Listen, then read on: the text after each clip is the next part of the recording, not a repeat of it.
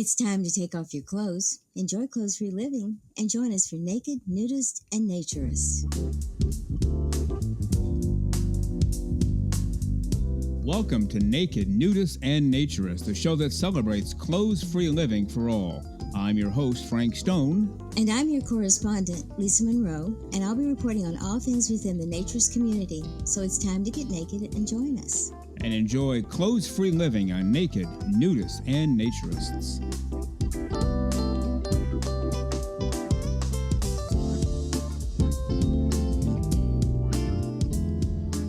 Well, welcome on in to Naked, Nudists, and Naturist, episode 13. Come on in. The water is fine. We will swim together for the next hour. How's that for a plan? The first letter today is from Scott. Scott writes in quite a bit, and we have read a number of his messages on shows. But he says, excellent job with episode 11, Frank and Lisa. On the show, you were talking about boys' swimming classes at the Y being nude up through about the late 1960s.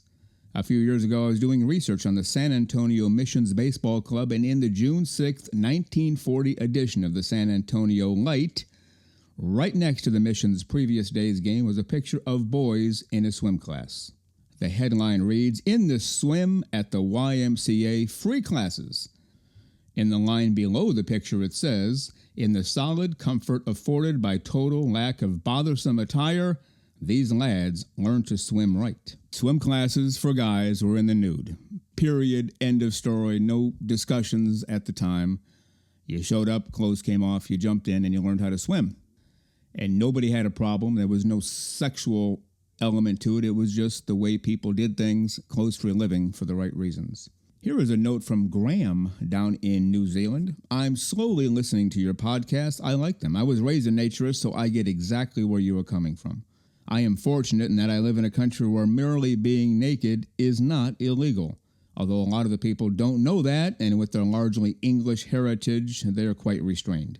However, even here, circumstances count. While there are recognized beaches, technically you can be naked on any beach, and the courts would not entertain such a case. Keep up the good work, Graham."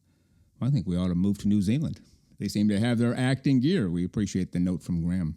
Instead of reading the whole thing, why don't I hand the microphone over to Vladislav? He recorded his thoughts, and here we go. Having been a naturist for less than 4 years, I have observed an interesting trend among fellow like-minded, freedom-loving people.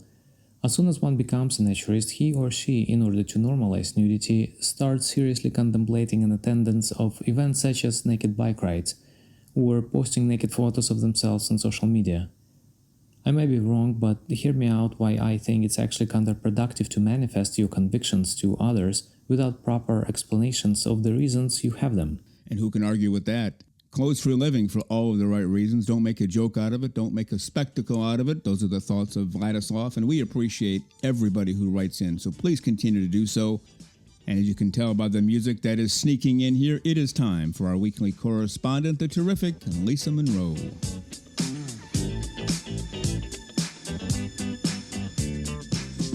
So let's welcome in our weekly correspondent. She's always with us on every single show. Lisa Monroe. Good morning, Lisa. How are you today? Good morning, Frank. I am doing terrific today. How about yourself? Not bad at all. Ready to dive in. Good. You have an article you wanted to share with me and share with our listeners. You already shared it with me, and I have some thoughts on it as well, but basically about real estate and people having naturist, nudist parties, and I'll just let you take it from there because this is one of those things that can get me pretty fired up pretty quickly, and I'll tell you why after you explain the story and give your thoughts. So go ahead. What's going on with these real estate people and this homeowner? You know, I found this article on Bear Oak's Facebook page, and it just caught my attention immediately. It said, "My neighbors host nude parties my kids can see from the trampoline, and I'm scared I'll never be able to sell my house." Oh, geez. What a lead-in. Yeah. And no what a silly thing to be scared about. But what it turns out to be in a nutshell is that this family lives next door to a family of naturists. These naturists have occasional backyard gatherings where the people who come to join them are nude. The terrific Lisa Monroe, always great to talk to her, always full of life and laughter and enjoying the clothes-free living life for all of the right reasons. Let's get to part one now of my interview with Will Forrest, college professor, terrific author, gifted writer. He's written a number of books on a number of topics. He has some naturist books out there. We'll talk about those. He's also part of a group that publishes naturist anthologies. And of course, we'll talk to him about his own personal naturism, nudism, naked journey. So let's get to it right now. Part one of my interview with author Will Forrest. So let's go out to Oklahoma this morning. We're going to talk to a gentleman who is a college professor, but he's also an author of naturist fiction books. He collaborates with some other people and has a website out there, and a terrific gentleman. So let's bring him to the show this morning and find out everything that's going on with him. From Oklahoma, author Will Forrest. Good morning, Will. How are you today? Good morning, Frank. Doing just fine. Thanks for the opportunity to speak with you. Oh, you bet. Thank you for coming on. We've heard a lot about you. A lot of people have talked very highly of you, so we thought we got to get this guy on, find out what he's all about. Obviously, fully into the naturist way of living, the nudist way of living, writes books on the topic, for heaven's sakes. So I figure if you take the time to write a book on naturism, you're probably pretty well into naturism. Is that a pretty good assumption? That's a really good point. And in fact, when I think about it, it's naturist lifestyle and it's naturism is what really motivates me to write. Even in the memory of our grandparents, let's say, people would just swimming and bathing were pretty much the same thing. You just go to the river, and you'd take off your clothes and you'd get in the water, that kind of thing. Even in northern countries, or colder climates, that kind of thing was the norm. Yeah, it's fascinating, and to an extent that comes out in this novel, in Aglow, because some of the characters are from kind of hot areas, and even among the different indigenous cultures, the character from a hot area goes to an area that's higher up in the mountains where people wear clothes. Yeah. And there's a bit of a culture clash there.